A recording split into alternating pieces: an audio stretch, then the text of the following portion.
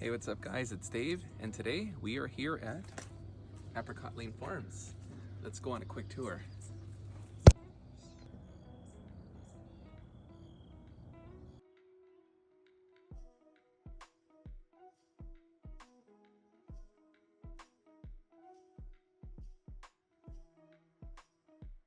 So we practice here at Apricot Lane Farms 2 types of composting, hot compost and cold compost. It's pretty easy to remember. Again, we are relying on the presence of oxygen. Through this process, a healthy soil food web will emerge in which there is a super diverse community of microorganisms. And these microorganisms are constantly moving, they are eating the material, they're helping to churn it up, and this action will raise the temperature of the compost.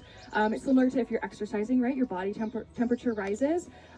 This is done through the use of thermophilic microorganisms, so heat-loving microorganisms. Their movement will raise the temperature. So the goal is actually for this compost to reach about 130 to 150 degrees. It gets quite warm on a really cold morning, not a day like today.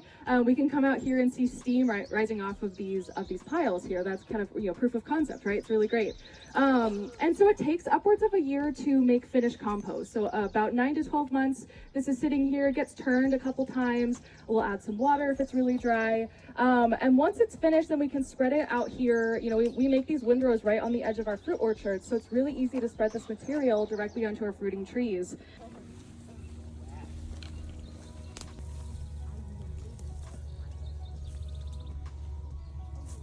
Yep, that's good soil. Earthworms are nature's great decomposer, and they are a powerhouse of biodiversity. There are microorganisms found in the gut of the earthworm that are found nowhere else on the planet. So by having them here in this bin, we feed them, they eat the food we give them, it passes through that amazing gut, it becomes inoculated with those special set of microorganisms, and then when they poop it out, it is the vermicompost, worm castings, or farmer's black gold as it's often called, this really amazing product that is highly inoculated with microorganisms, nitrogen, micronutrients that we need to have a really healthy farm.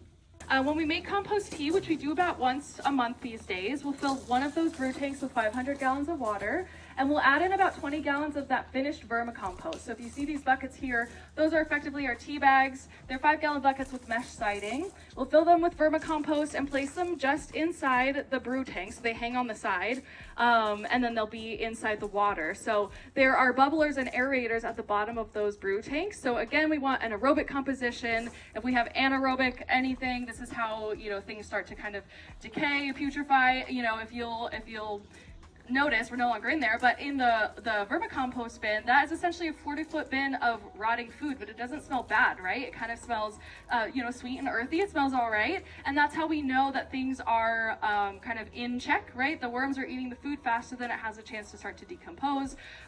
It's that aerobic composition. So we still want to have that in here, and we let that brew and bubble for about 18 to 24 hours, so it takes a full day.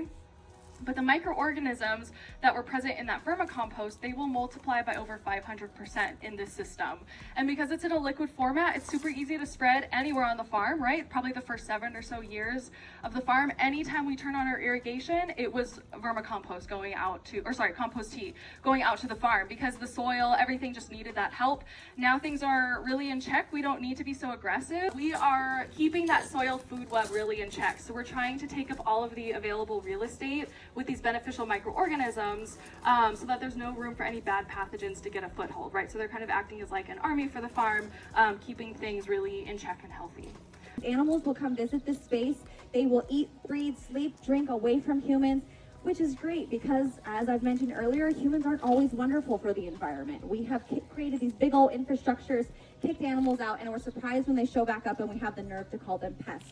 And that's not very fair. And so that's why spaces like this, and even on a larger scale, that Annenberg Wildlife Crossing that's being built over the 101 freeway, are incredibly important.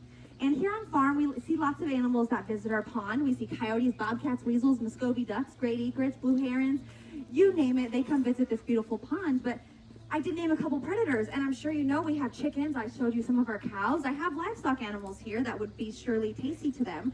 Why am I okay with predators though, friends? What do they eat? The gophers. They eat those gophers up. Exactly. They're wonderful at pest abatement for us. They save us a lot of money, so we want them here because that's a natural process. That's a natural food source for them. And in fact, you know what? If I've got healthy land, of course I'm going to have gophers. It's a great place to live. They're going to be here.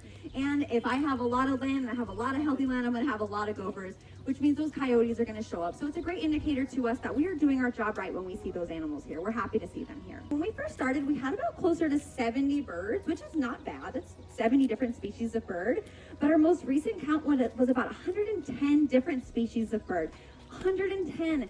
That is incredible because many of these birds are stopping. This is just a migratory stop here. They're not living here. They see this space and they say, that's a good spot to stop. So again, we're doing our job right. And one of my favorites that visits us is the great egret. They don't nest here in Southern California. They actually nest up in Northern California. So it's always a treat to see them here in our pond. And we have one or many that we have lovingly named Georgie. Georgie hangs out in our pond. She eats the California catfish, the bluegill fish, or the mosquito eaters, whatever she can catch her beak on out there. But occasionally she has her fill of sushi, and she will fly over to one of these beautiful pastures, and she'll wait ever so patiently in front of a gopher hole.